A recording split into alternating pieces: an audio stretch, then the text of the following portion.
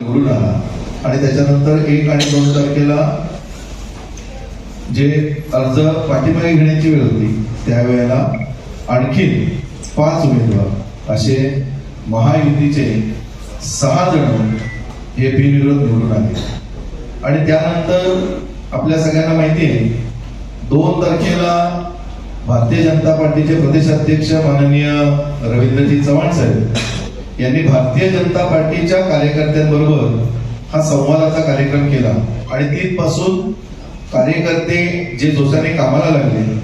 Bharatiya Janata party म्हणून संघटनात्मक जी मागणी आहे ही बूथ स्तरापर्यंतची मागणी आहे आणि भाजपची बूथ स्तरापर्यंतची मागणी आणि त्याच्या जोडीला मग शिवसेना, आरपीआय आणि राष्ट्रवादी काँग्रेस असे आम्ही सगळेजण एकत्र आलो आणि महायुती म्हणून पनवेलच्या निवडणुकीला सामोरं जाताना एक चांगलं प्रकारचं बळ महायुती म्हणून आम्हाला या मित्रपक्षांच्या जोडीने मिळालं. आणि मग या सगळ्या ताकदीवर आम्ही पूर्ण महानगरपालिकेच्या 1 ते 20 या सगळ्या प्रभागांमध्ये उमेदवार अर्ज दाखल केले. त्याच्यानंतरच्या प्रचार झाला.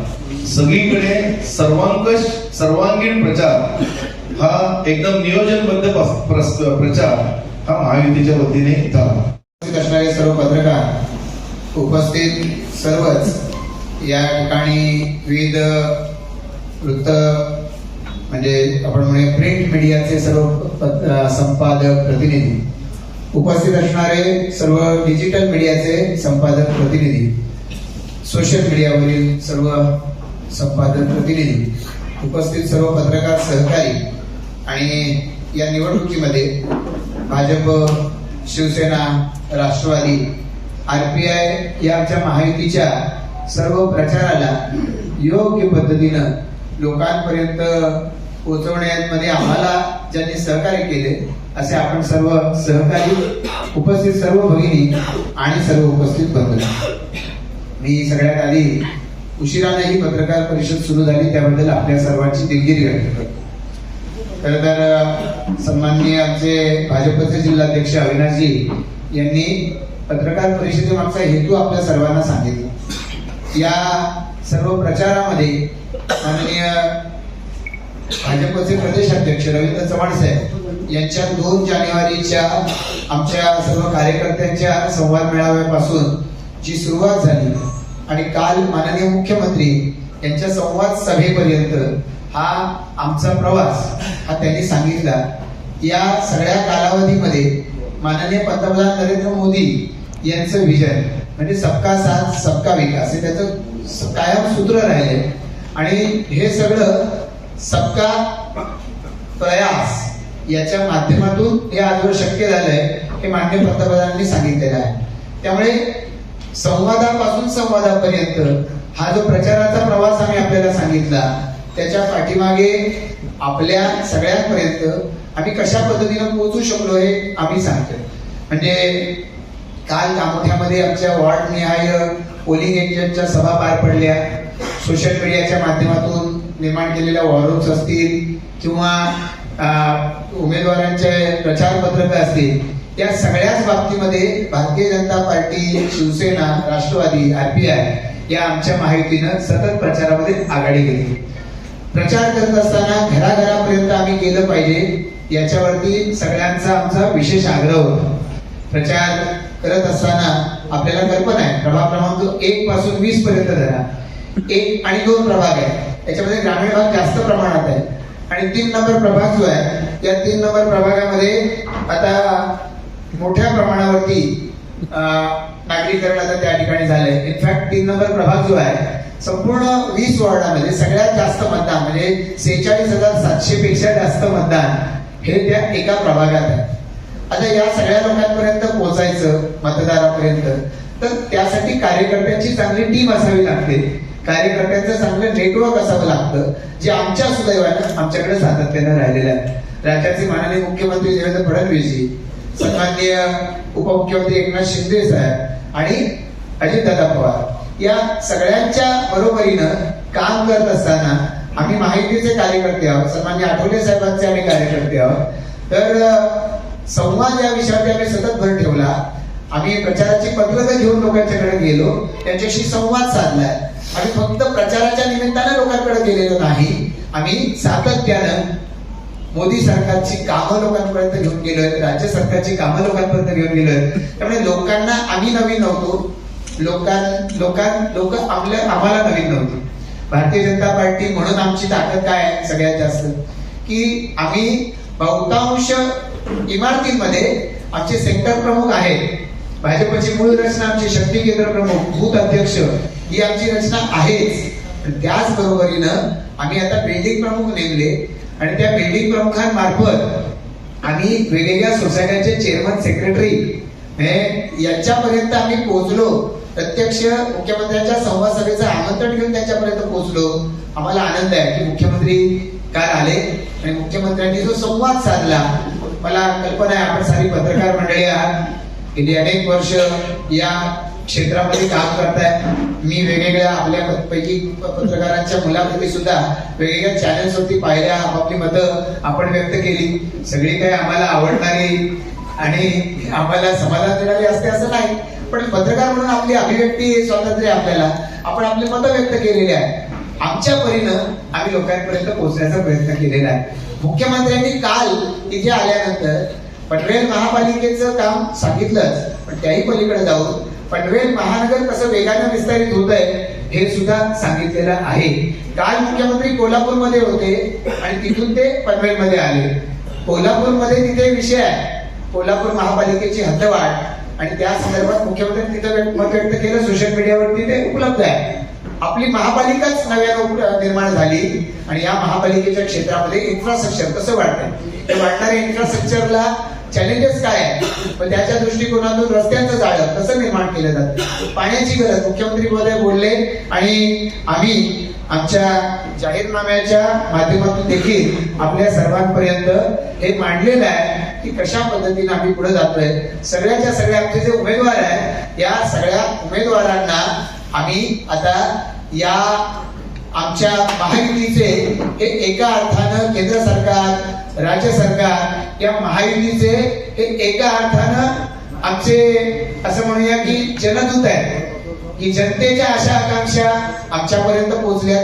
कालच्या सभेमध्ये त्या आम्ही मुख्यमंत्र्यांपर्यंत नेल्या आणि यांच्या मार्फत आमच्याकडे आलेल्या जनतेच्या आशा, अपेक्षा, समस्या या सगळ्या आम्ही लोकांच्या मार्फत त्या ठिकाणी मुलाखतकर्त्यांनी मुख्यमंत्र्यांच्या पुढे मांडल्या आणि मग मुख्यमंत्र्यांनी त्या बाबतीमध्ये आपल्या परीनं त्याच्यावरती राज्य सरकार म्हणून काय करणार हे सांगितलं. आता पाण्याचा विषय साहजिकच आहे. त्या बाबतीमध्ये माननीय मुख्यमंत्री महोदय बोलले की एक कर्जत मधलं शिलार धरण 550 MLD आणि त्याच्यासाठी आता कालच मुख्यमंत्र्यांनी त्या सभेमध्ये सुद्धा जाहीर केलं की खर्च MMRDA करणार, पालिकेवरती खर्चाचा भार नाही. मला कल्पना आहे आपल्या सगळ्यांनी सातत्यानं पालिकेच्या हिताची काळजी घेतलेली आहे. पालिकेचा रुपया चांगल्या पद्धतीने कसा खर्च होईल यावर आपला सातत्यानं कटाक्ष राहिलेला आहे आणि मुख्यमंत्र्यांनी सांगितलं की याचा खर्च पालिकेवर नाही भार टाकणार, त्याच्यामध्ये आम्ही MMRDA उभे करेल आणि कशा पद्धतीने पुढे कॉन्ट्रीब्युशन होईल ते बघू, पण सुरुवातीच्या इन्फ्रास्ट्रक्चरला त्याचा भार पालिकेवर लागणार नाही.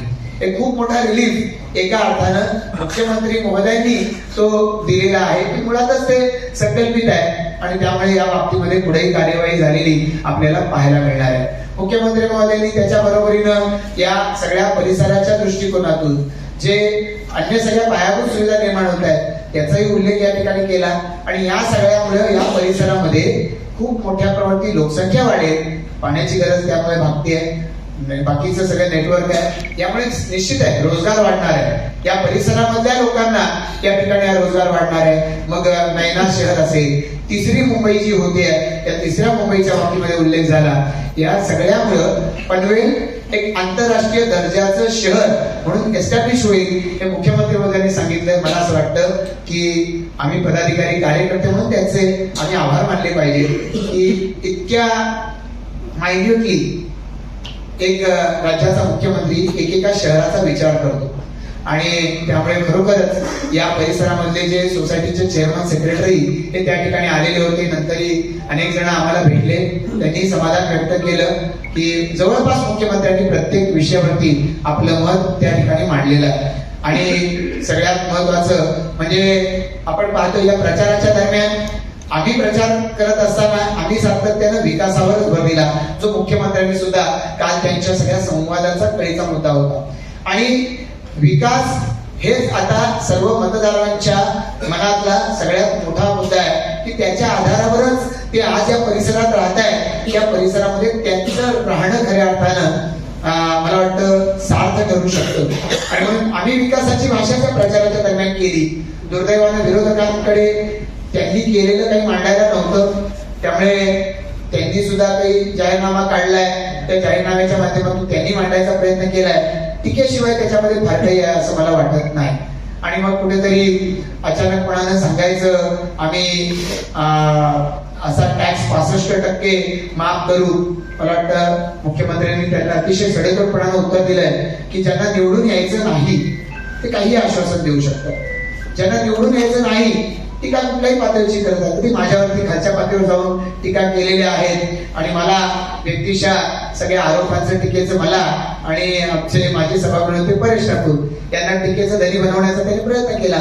एका अर्थानं त्यांनी असं दाखवलं प्रशांत ठाकूर परेश ठाकूर हेच महापालिका चालवत आहेत. तर मला आपल्याला या ठिकाणी जाणीवपूर्वक सांगावं लागेल की परेश ठाकूर सभागृह नेते होते.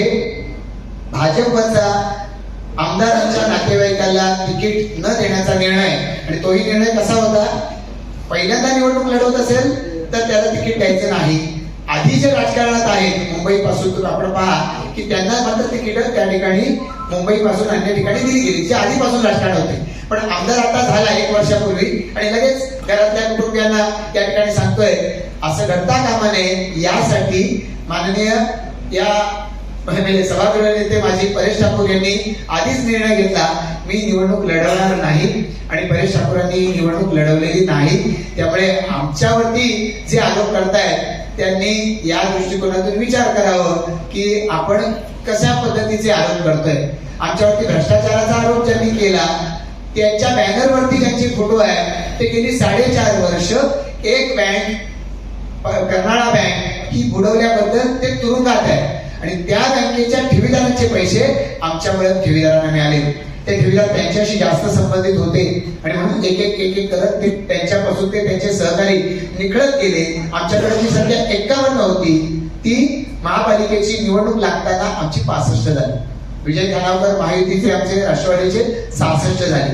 म्हणजे ते आमच्यावर आरोप करतात पण त्यांनी स्वतःच जरा अंतरंगामध्ये झाकून बघा म्हणजे लोकांना बघावं तर त्यांच्या लक्षात येईल त्यांचा जनाधारही सुटला आणि मग आता त्यांचे सहकारी सुटले. आज आमच्या बरोबर त्यांच्यातले निवडून आलेले सहकारी आमच्या बरोबर का आले याचं कारण असं आहे की त्यांच्यावरचा जनतेचा विश्वास आधीच उडाला होता. ती जनता या काम करणाऱ्या कार्यकर्त्यांना सांगत होती तुम्ही यांची साथ सोडा नाहीतर हळूहळू तुम्ही सुद्धा लोकांच्या मधून बाद व्हाल. आणि त्यामुळे योग्य वेळी त्या आमच्या सहकार्यांनी निर्णय घेतला आणि ते आमच्या बरोबर आले. मला वाटतं की हे एवढंच सेल्फ एक्सप्लेनेटरी आहे. या सर्व प्रचाराच्या दरम्यान आपल्या सगळ्यांपैकी अनेकांनी मतं व्यक्त केली की 6 जण भाजपचे बिनविरोध निवडून आले आणि त्याच्यामुळे मतदारांवरती परिणाम होऊ शकतो. मला या ठिकाणी जाणीवपूर्वक सांगायचं आपल्याला की हे 6 जण जे माघार घेतली गेली त्यांची मुलाखत घ्या. त्यांना विचारा काय केलं, पैसे दिले का आम्ही. त्यांना विचारा का तू कुठला दबाव आणला, काय पोलीस कंप्लेंट वगैरे झाली का. ज्यांचे ते उमेदवार होते ज्यांनी त्यांना विश्वासाने उमेदवारी दिली होती पोलीस ठाण्यामध्ये एखादी तक्रार दाखल झाली का. आणि मग तसं नसेल तर याचा आरोप आमच्यावर कशासाठी आहे. त्यांचे उमेदवारच अशा पद्धतीचे तकलादू स्वरूपाचे होते की ज्यांना उमेदवार देता येत नाही तर पनवेल शहरात नवीन पनवेलला राहणारे बहुसंख्य उमेदवार दिलेले होते. हे कशाचं लक्षण आहे. आज सन्माननीय जे म्हात्रे साहेब आमच्या बरोबर आले, इतर म्हात्रेजी आमच्या बरोबर आले, त्यांच्याबरोबर त्यांचे सहकारी नगरसेवक आले, त्याच्या आधीच्या वेगवेगळ्या टप्प्यावर वेगवेगळे नगरसेवक आले. आता त्यांच्याकडे वर्षानुवर्ष जे त्यांच्यासाठी लढत होते ते नाहीयेत सोबत. मान्य केलं पाहिजे त्यांनी. त्यांनी मान्य केलं पाहिजे. आणि त्यामुळं मला असं सांगायचं आहे आणि मला आत्मविश्वासानं आपल्या सगळ्यांच्या समोर सांगायचं आहे की आमचे 6 नगरसेवक निवडून आले त्याचा आम्हाला फटका बसणार नाही. या उलट ही या ठिकाणी जी ताकद जनतेच्या आशीर्वादानं आमची निर्माण झाली, मला असं वाटतं की ते एका अर्थानं या सगळ्या राजकीय व्यवस्थेमध्ये जे आमची ताकद अधोरेखित झालेली आहे आणि या 6 जणांनी आमच्यासाठी शुभशकून निर्माण केला आहे आणि तो शुभशकून घेऊन या निवडणुकीला आम्ही सामोरं जातोय. आमचे 6 उमेदवार नगरसेवक या भूमिकेमध्ये पोहोचले. शासनाचा निर्णय जाहीर व्हायचा आहे, चौकशी नंतर होईल आणि चौकशी कुठली होऊ द्या, आम्हाला त्याच्यामध्ये कुठल्याही पद्धतीची अडचण नाही आणि आत्मविश्वासानं या निवडणुकीला आम्ही त्यांच्या सोबत सामोरे जातो. 29 चा उल्लेख या ठिकाणी केला गेला आहे आणि असं सांगितलं जात आहे म्हणजे की 22,983 गावठाण हद्दीतल्या प्रॉपर्टीजना त्याचा फायदा 129 चा मिळाला. आम्ही जर 129 लावायच्या विरोधात असतो तर 22,983 प्रॉपर्टीजना त्याचा फायदा मिळाला असता का? तो कसा मिळाला? कारण गावठाण हद्दीमध्ये सगळीकडे लागले पाहिजेच. ज्यांना ज्यांना टॅक्स लागलाय ग्रामपंचायतीचा त्यांना त्या 129 चा फायदा मिळतोय आणि त्या 129 च्या आधारे त्यांचं टॅक्स एकाच वेळेला न लागता त्यांना 20%, 40%, 60%, 80%, 100% असा टप्प्याटप्प्याने तो लागत गेलाय. आम्हाला आनंदच आहे, काही अडचण नाही त्याच्यामध्ये. आम्ही तर 50% टॅक्स कमी करा असा आम्हीच ठराव आणला. सत्ताधारी ठराव आणत असतात. आम्ही तो ठराव मांडला, त्या ठरावाला पाठिंबा दिला गेला. आज आमच्या विरोधात ज्या एका वॉर्डामध्ये उभे आहेत आणि ज्यांची आता सगळी लढाई त्या एका वॉर्डात चालू आहे त्या आता आरोप करतायत की पत्रकार परिषदेमध्ये आम्ही आरोप ऐकला की असं झालं त्यांच्यामुळे ही टॅक्स माफी झाली. मला त्यांना सांगायचं आहे त्याच पत्रकार परिषदेमध्ये त्यांनी सन्माननीय गोविंद राजन जे नगरविकास सचिव आहेत त्यांच्या मीटिंगचाही कोट केला.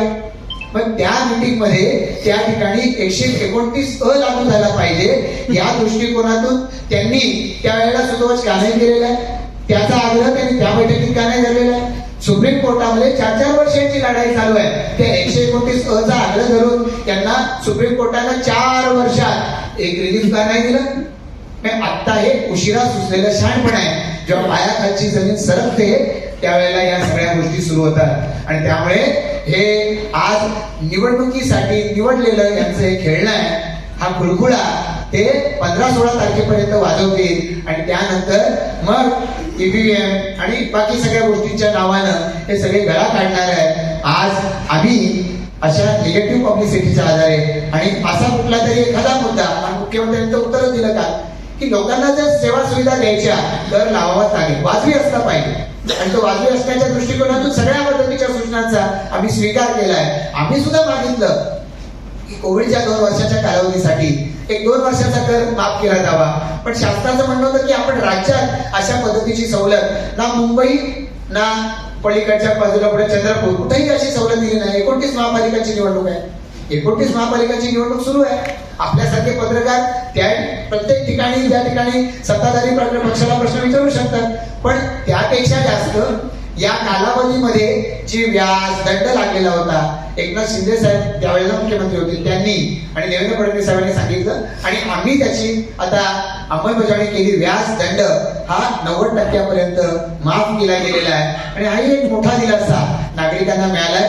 नागरिकांना याची कल्पना आहे की फक्त करमुक्ती असं बोलून चालत नाही. सर्व्हिसेस पाहिजे तर त्यासाठी काही अंशी वाजवी दरात कर लागला पाहिजे आणि तो भरण्याचा लोकांनी तयारी दाखवली आणि म्हणून 200 कोटीपेक्षा जास्त हा ठिकाणी कर हा गेल्या माफीच्या कालावधीमध्ये वसूल झालेला आहे. आज या सगळ्या मधून आम्ही आपल्या सर्वांपर्यंत हे जे संकल्पपत्र घेऊन आलोय ते संकल्पपत्र आम्ही प्रत्येक शहरामध्ये त्या ठिकाणी वाटलं आणि जर या संकल्पपत्राची मागच्या बाजूची पानं आपण पाहाल तर नवीन पनवेल खंदा कॉलनी, कळंबोली, कामोठा, खारघर याची वेगवेगळी पानं आहेत आणि त्या शहरामध्ये आम्ही खारघरमध्ये खारघर वासियांसाठी अशा पद्धतीनं आम्ही नेमकं काय करणार हे त्या ठिकाणी सांगितलेलं आहे. आज या संकल्पपत्राच्या माध्यमातून पनवेलच्या विकासाचं हे शाश्वत असं संकल्पपत्र आम्ही आपल्या सर्वांपर्यंत आणलंय.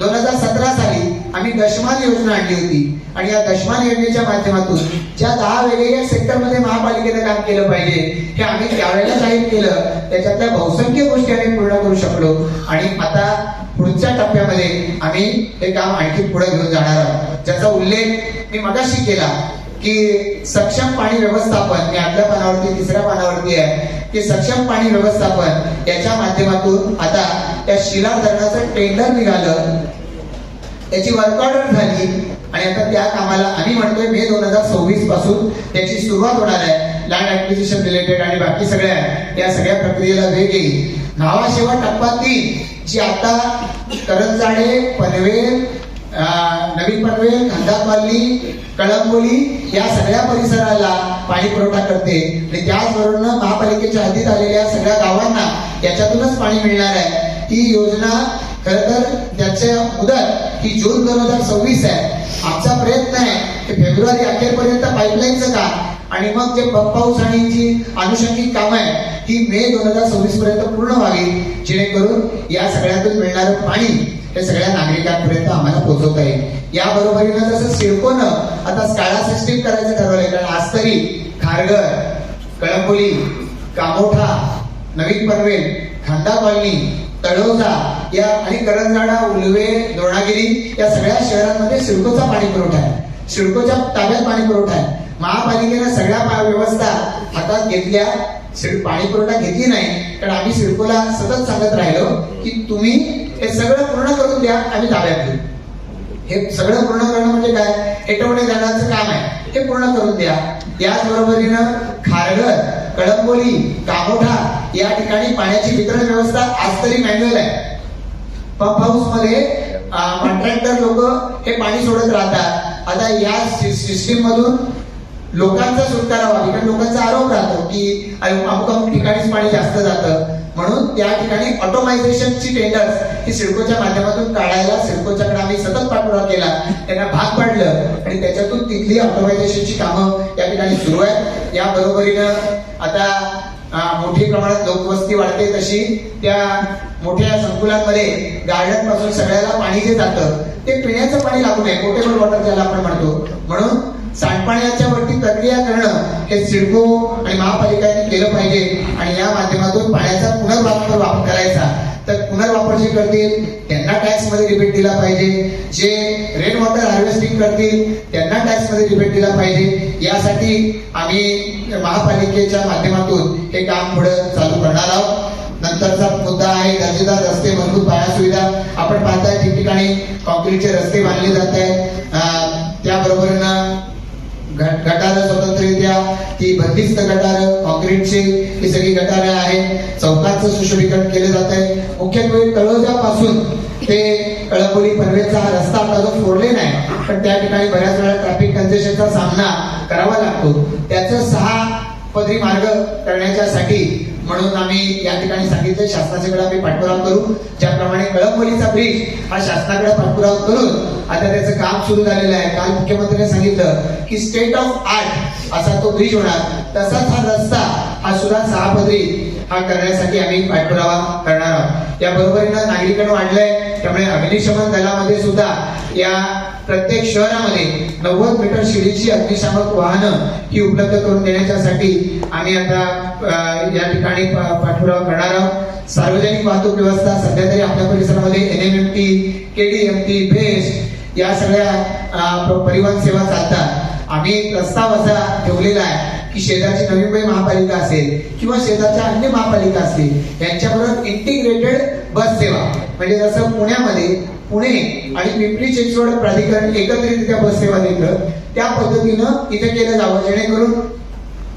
एफिशियंटली आणि कमीत कमी नुकसानी, कारण परिवहन सेवा म्हणजे त्या नुकसानीतच बऱ्याचशा ठिकाणी चालतात, तर जास्त इफिशियंटली चालू शकतील आणि कमीत कमी नुकसानी चालू शकतील अशा सार्वजनिक परिवहन सेवा या आम्हाला द्यायच्या. काल मुख्यमंत्री महोदयांनी जाहीर केलं की आता तळोजा पेंधर पासून ते एअरपोर्ट पर्यंत जी मेट्रो आहे ही सुद्धा लवकरात लवकर महामेट्रोच्या माध्यमातून तेही काम केलं जाईल. मुख्यमंत्र्यांनी काल जाहीर केलेलं आहे. शाळांच्या बाबतीमध्ये जसं पनवेल शहरामध्ये आज लोकनेते दिबा पाटील साहेब यांची 100वी जयंती 13 जानेवारी, तर त्यांच्या नावानं असलेली जशी शाळा पनवेल शहरामध्ये आहे ते तशाच शाळा आम्ही आता खारघर, कामोठा, कळंबोली, तळोजा आणि ग्रामीण भागामध्ये महापालिकेच्या माध्यमातून या शाळा आम्ही बांधणार आहोत आणि या शाळांमध्ये इंग्रजी माध्यमाचं शिक्षण दिलं जाईल. याशिवाय 11वी 12वीचंही शिक्षण हे त्या ठिकाणी दिल्या जाण्याच्या दृष्टिकोनातून आम्ही आता येणाऱ्या कालावधीमध्ये प्रयत्न करू.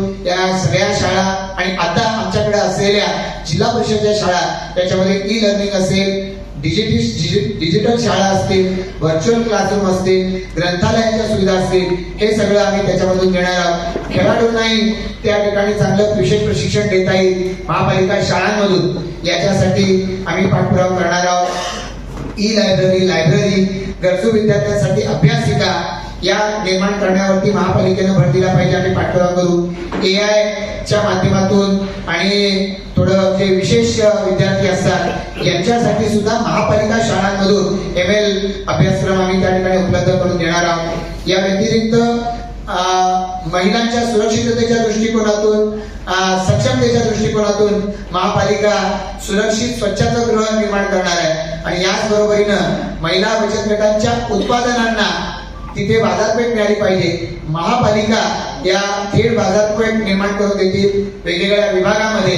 त्याच्यासाठीचे जी शासकीय संकुलं असतील त्याच्यामध्ये आम्ही त्यांना या विक्रीची व्यवस्था ही निर्माण करून देणार आहोत.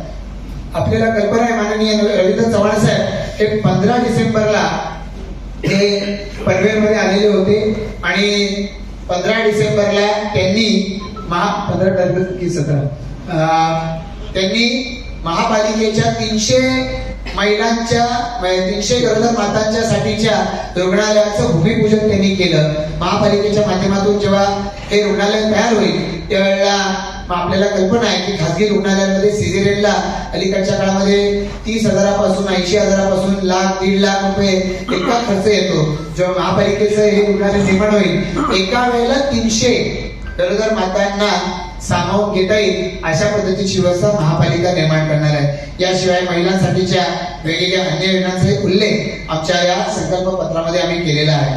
या बरोबरीनं आता वेगवेगळे पूल, उड्डाणपूल असतील, सुरक्षित वाहतुकीच्या दृष्टिकोनातून महापालिकेनं यापूर्वीच ट्रॅफिक नियोजनाचं काम हे क्रिसिल सारख्या नामांकित संस्थेला दिलेला आहे की ज्यांचा आराखडा महापालिकेच्या हे जो डेव्हलपमेंट प्लॅन आहे त्याच्या सोबतीनं तयार होत आहे की जेणेकरून महापालिकेच्या क्षेत्राची ट्रॅफिक कंजेशन पासून ही मुक्तता होऊ शकेल.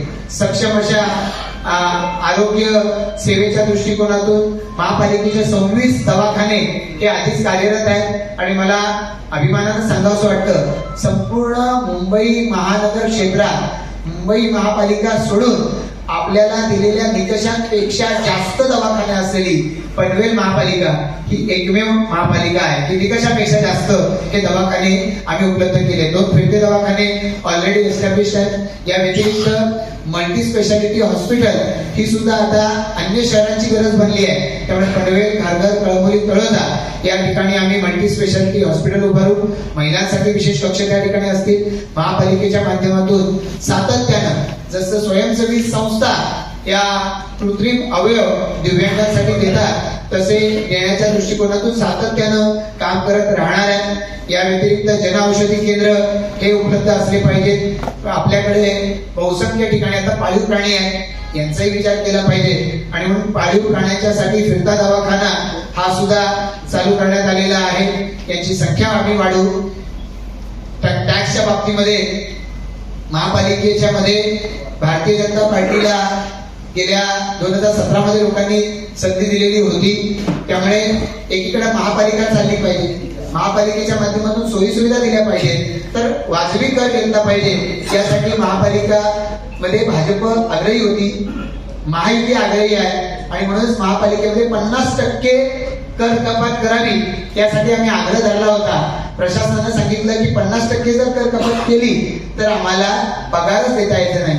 आपल्याला कल्पना आहे की महाराष्ट्रात काही महापालिकांची अशी स्थिती आहे आणि त्यामुळे त्यांनी सांगितलं फार तर 35% ही तुम्ही सवलत द्या आणि 35%चा ठराव प्रशासनानं त्यावेळेला केलेला होता आणि त्यामुळे हा 35%चा ठराव केला. मुंबई महानगर क्षेत्रातल्या सर्व महापालिकांच्या तुलनेत आमचा जो जनरल टॅक्सचा रेट आहे हा सगळ्यात कमी आहे. हे यापूर्वी देखील आम्ही सांगितलेलं आहे आणि तरी सुद्धा सांगतो की आता हा जो टॅक्स आहे की पुढच्या 5 वर्षामध्ये महापालिकेच्या मालमत्ता करामध्ये कुठलीही वाढ केली जाणार नाही. हे या संकल्प पत्राच्या माध्यमातून आम्ही आपल्याला आज या ठिकाणी उद्धृत करतो. या व्यतिरिक्त ज्या 30 वर्षापेक्षा जास्त जुन्या झालेल्या इमारती आहेत त्यांना इन्सेंटिव्ह FSI देऊन त्यांच्या पुनर्विकासाला प्राधान्य द्यावं असं आमचं मत आहे. काल मुख्यमंत्री महोदयांनी सेल्फ रिडेव्हलपमेंट, स्वयं पुनर्विकास याच्यावरती त्यांनी आपलं म्हणणं मांडलं. जसं मुंबईमध्ये सन्माननीय प्रवीण दरेकर साहेबांची समिती नेमलेली होती आणि तिथे हे सगळे पूर्णत्वाला जाते. आज आपण पाहतो की अनेक ठिकाणी महापालिका हद्दीमध्ये पुनर्विकासाला चालना मिळालेली आहे. अनेक ठिकाणी लोक हे अगदी नवख्या बिल्डरला त्यांचा पुनर्विकासाचा प्रकल्प देतात आणि वर्ष 2 वर्ष काहीच घडत नाही आणि मग असे लोक पुन्हा दुसऱ्या माणसाकडे जातात. हे जे घडतंय त्याला आळा बसावा म्हणून मुख्यमंत्री महोदयांनी स्वयं पुनर्विकासाला चालना दिली आणि त्यांनी सांगितलं सिडको असू द्या किंवा या कुठल्याही निकषांचा बाधा येणार नाही असा स्वयं पुनर्विकास करता आला पाहिजे. याच्यावरती माननीय मुख्यमंत्री महोदयांचं विशेष कटाक्ष आहे. कारण मुंबईपासून सगळ्या ठिकाणी आपण पाहिलं आपलं घर विकायचं आणि मग पलीकडे जायचं. पूर्वी लोक अंबरनाथ पर्यंत गेली. आता रेल्वे झाल्यानंतर पनवेल आणि पनवेल सॅटेलाइट सिटी बनली. पनवेलच्या पुढे प्रत्येक गाव आता सॅटेलाइट गाव बनलं. त्याच्या भोवती वस्ती वाढायला लागली. ही सगळी मुंबईची आलेली लोक आहेत. मुख्यमंत्री मध्ये म्हणतात की मुंबईचा माणूस मुंबईत राहायला पाहिजे. या दृष्टिकोनातून 15 चाळीपासून त्यांनी वेगवेगळी उदाहरणं दिली की जाणीवपूर्वक मुंबईकरांचं पुनर्वसन तिथंच झालं पाहिजे यासाठी त्यांनी भर दिला. मला या ठिकाणी म्हणायचंय की आमचा पनवेल तर पनवेलच्या बाहेर जाता कामा नये. तो पनवेल पासून पलीकडे विसुंबा आणि पलीकडे लांब लांबच्या गावामध्ये जाता कामा नये. सन्मानानं तो इथंच राहायला पाहिजे आणि या दृष्टिकोनातून स्वयं पुनर्विकास हा पुढच्या काळासाठीचा आमचाही अजेंडा असेल आणि त्याच्यासाठी आम्ही त्याच्यावरती भर देणार आहोत. या व्यतिरिक्त प्रधानमंत्री आवास योजना, या प्रधानमंत्री आवास योजनेच्या माध्यमातून आता 6,615 एकूण झोपडीधारक आहेत. सिडकोच्या भूखंडावरती त्याच्यापैकी 3,918 झोपड्या आहेत. महापालिका महाराष्ट्र शासनाच्या जागेमध्ये 8 झोपड्या आहेत, झोपडपट्ट्या आहेत. त्याच्यामध्ये 2164 आहेत आणि खासगी भूखंडावरती 6 झोपडपट्ट्या आहेत. त्याच्यावरती फक्त 533 झोपडीधारक राहतात. या सगळ्या लोकांच्यासाठी प्रधानमंत्री आवास योजना टप्पा 1 याच्या अंतर्गत 867 घरं, याच्यामध्ये प्रधानमंत्री आवास योजना 1च्या दुसऱ्या टप्प्यामध्ये 1602 घरं, प्रधानमंत्री आवास योजनेचा दुसरा टप्पा त्याच्या 2.0 याच्या अंतर्गत पहिला टप्पा याच्यामध्ये 2000 घरं ही प्रस्तावित केलेली आहेत. महापालिकेच्या माध्यमातून या सगळ्याचे टेंडर झाले किंवा त्याच्या बरोबरीनं त्याचे सगळे कन्सल्टंट नेमून त्याचे DPR हे तयार झालेले आहे. त्याच्यावरती काम देखील पनवेलमध्ये सुरू झालेलं आहे आणि त्यामुळे मला असं वाटतं की आमच्या झोपडपट्टी वासियांच्या विकासासाठी आम्ही कटिबद्ध आहोत आणि त्यांच्या पुनर्विकासाला या ठिकाणी त्यांच्या स्वप्नातलं त्यांचं घर पूर्ण होण्यासाठी सुद्धा आम्ही पूर्णपणाने पाठपुरावा करणार आहोत. या सगळ्या परिसरामध्ये राहणारा जो तरुण आहे या तरुणाच्यासाठी आणि सगळेच नागरिक आहेत त्यांचं स्वास्थ्य चांगलं राहावं याच्यासाठी 3 ठिकाणी जसं दिलीप वेंगसरकर क्रिकेट अकादमी आम्ही निर्माण केली. कळंबोलीला कुस्तीचं संकुल असेल, त्याचबरोबर पनवेल शहरामध्ये बॅडमिंटनचं संकुल आहे, त्याच कामोठा आहे, तळोजा आहे. या ठिकाणी अशीच क्रीडा संकुलं ही आम्ही उभी करतोय. सिडकोनं बांधलेलं फिफाचं ग्राउंड आहे हे असेल किंवा सिडको मार्फत निर्माण केलेल्या सुविधा आहेत या सुद्धा सर्वसामान्य नागरिकांच्या वापरात आल्या पाहिजेत याच्यावरती आम्ही सातत्यानं भर दिलाय. दिलीप वेंगसरकर क्रिकेट अकादमी निर्माण झाली तर त्याच्या भोवतालचं जी मोकळी जागा आहे ती मैदानासाठी अन्य सर्वांना उपलब्ध झाली पाहिजे यासाठी सुद्धा महापालिकेच्या माध्यमातून आम्ही पाठपुरावा करतोय. ज्यांना विशेष प्रावीण्य मिळतं असे खेळाडू आहेत त्यांना त्यांच्या शिक्षणासाठी चांगली संधी मिळावी यासाठी राष्ट्रीय आणि आंतरराष्ट्रीय दर्जाच्या खेळाडूंना 50,000 पर्यंतचं अर्थसहाय्य हे महापालिकेच्या माध्यमातून द्यायच्यासाठी आम्ही कटिबद्ध आहोत. महापौर चषक स्पर्धा असतील, विशेष खेळाडू असतील त्यांना विशेष प्रशिक्षण आणि त्यांच्यासाठी स्पर्धांचं आयोजन हे सुद्धा महापालिकेनं करावं यासाठी आम्ही या संकल्पपत्रातून आम्ही कटिबद्ध होत आहोत. या व्यतिरिक्त सर्व पद्धतीचे खेळ क्रिकेट, कुस्ती, कबड्डी, लॉन टेनिस, व्यायामशाळा, रायफल शूटिंग या बरोबरीनं बॉक्सिंग वेटलिफ्टिंगचं प्रशिक्षण हे या सगळ्या शहरांमध्ये दिलं जावं. स्केटिंगच्या बाबतीमध्ये देखील अनेक खेळाडू आपले हे आंतरराष्ट्रीय दर्जावरती जातात, तर याच्यामध्ये भर आम्ही दिलेला आहे. स्मार्ट सिटीचे स्मार्ट सोल्युशन हे देण्याच्या दृष्टिकोनातून प्रयत्न करायचा आहे. आपल्या पासून हाकेच्या अंतरावरती जर edu city, sports city, medi city अशी शहरं उभी राहतील तर आम्ही काही त्यांच्याकडे फक्त बघत राहणार नाही आहोत. या शहरांमध्ये त्याच दर्जाच्या सोयी सुविधा त्या दिल्या गेल्या पाहिजेत. आज शहरामध्ये सीसीटीव्हीचं जाळं हे उभं राहत आहे. महापालिकेनं त्याच्यावरती राहिलेल्या ठिकाणी सीसीटीव्ही उभं करायला सुरुवात केली. त्याचबरोबर कमांड आणि control centre, quick response team, multi level parking आणि इंटेलिजंट ट्रॅफिक आणि सिग्नल मॅनेजमेंट यंत्रणा या उभ्या करण्यावर भर आहे. महापालिकेनं या अनुषंगानं पेपरलेस कारभारासाठी सर्व सेवा द्यायला, कर भरणा करायला, माहिती मिळवायला आपल्या हातामधल्या मोबाईलवरती हे सगळं यावं यासाठी व्यवस्था निर्माण केल्या. स्मार्ट ऍप तयार केलंय, ते अजून आवश्यकतेप्रमाणे हे केलं जाईल. शहरातल्या लोकांना चांगलं जीवनमान मिळावं या दृष्टिकोनातून जसं आम्ही खारघरमध्ये सेक्टर 35 मध्ये आम्ही ट्रॅफिक पार्क उभा करतो, आम्ही प्लॅनेटोरियम उभं करतो, त्याच बरोबरीनं ही सगळी वेगवेगळ्या पद्धतीची गार्डन उभी करायची. आता रोटरीनं सहकार्य देऊन केलं. पनवेल मधल्या साईनगर परिसरामध्ये बटरफ्लाय पार्क याचं निर्माणाला सुरुवात झालेली आहे. याच पद्धतीनं आम्ही बॉटॅनिकल गार्डन असेल, थीम पार्क असेल, व्हर्टिकल गार्डन आहे, मियावाकी फॉरेस्ट आपल्याकडे रोटरीनंच निर्माण केलंय. म्हणजे जनसहभागातून सुद्धा आम्ही त्या ठिकाणी करतोय. आपण पनवेल महापालिका हद्दीतली वेगवेगळी गार्डन पाहताय. चांगल्या पद्धतीच्या दर्जाची आणि चांगल्या पद्धतीची खेळणी उभारणी केली आहे. ही सगळी गार्डन आता मुलांनी गजबजलेली ही आपल्याला सगळ्यांना पाहायला मिळाली आहे. त्याच ठिकाणी ओपन जिम या उभ्या केल्या आहेत. ज्येष्ठ नागरिक त्या ठिकाणी व्यायाम करताना आपल्याला सकाळी संध्याकाळी पाहायला मिळत आहे. मला वाटतं की 8 वर्षापूर्वी निवडणुकीच्या आधीची स्थिती आणि आज या सगळ्या लोकांचं जीवनमान याच्यामध्ये बदल झालेला हा आपल्याला आपल्या अवतीभोवती हा निश्चितपणानं या ठिकाणी दिसतोय. याचा अर्थ ते पैसे महापालिकेमध्ये नगरसेवक झालो आणि महापालिकेतून वसूल करू द्या. मग पनवेल महापालिकेची स्टँडिंग कमिटी, अंडरस्टँडिंग कमिटी झाल्याचं तुम्हाला ऐकायला मिळालं असतं. गडकरी साहेब आले होते 2017 सालाच्या 1 जूनला JNPT पोर्टमध्ये कामाची पाहणी करायला आणि मला त्यांनी सांगितलं होतं, प्रशांत तुझी महापालिका निवडून आली, अभिनंदन. अनेक महापालिकेच्या स्टँडिंग कमिट्या या अंडरस्टँडिंग कमिट्या बनतात. तुझ्या महापालिकेची स्टँडिंग कमिटीला अंडरस्टँडिंग कमिटी बनू शकतो. मला आत्मविश्वास आहे, मला गर्व आहे, गर्वच आहे मला की मी ते होऊ दिलेलं नाही. माझ्या सगळ्या सहकाऱ्यांचा मला अभिमान आहे की त्यांनी सुद्धा कधीच तशा पद्धतीचा आग्रह धरलेला नाही. नाहीये पण काम निकृष्ट दर्जाचं होऊ देऊ नये यावर कटाक्ष आम्ही याच्यापूर्वी ठेवलेला आहे. आता महापालिका प्रशासन मध्ये 2022 पासून प्रशासन त्या ठिकाणी होतं. थेट आमच्या नगरसेवकांचा अंकुश त्या ठिकाणी नव्हता, पण तरी सुद्धा एक आमदार या नात्यानं माझी ती जबाबदारी आहे. मी ती जबाबदारी पार पाडलीच पाहिजे. याही पुढे आम्ही ती पार पडत राहू.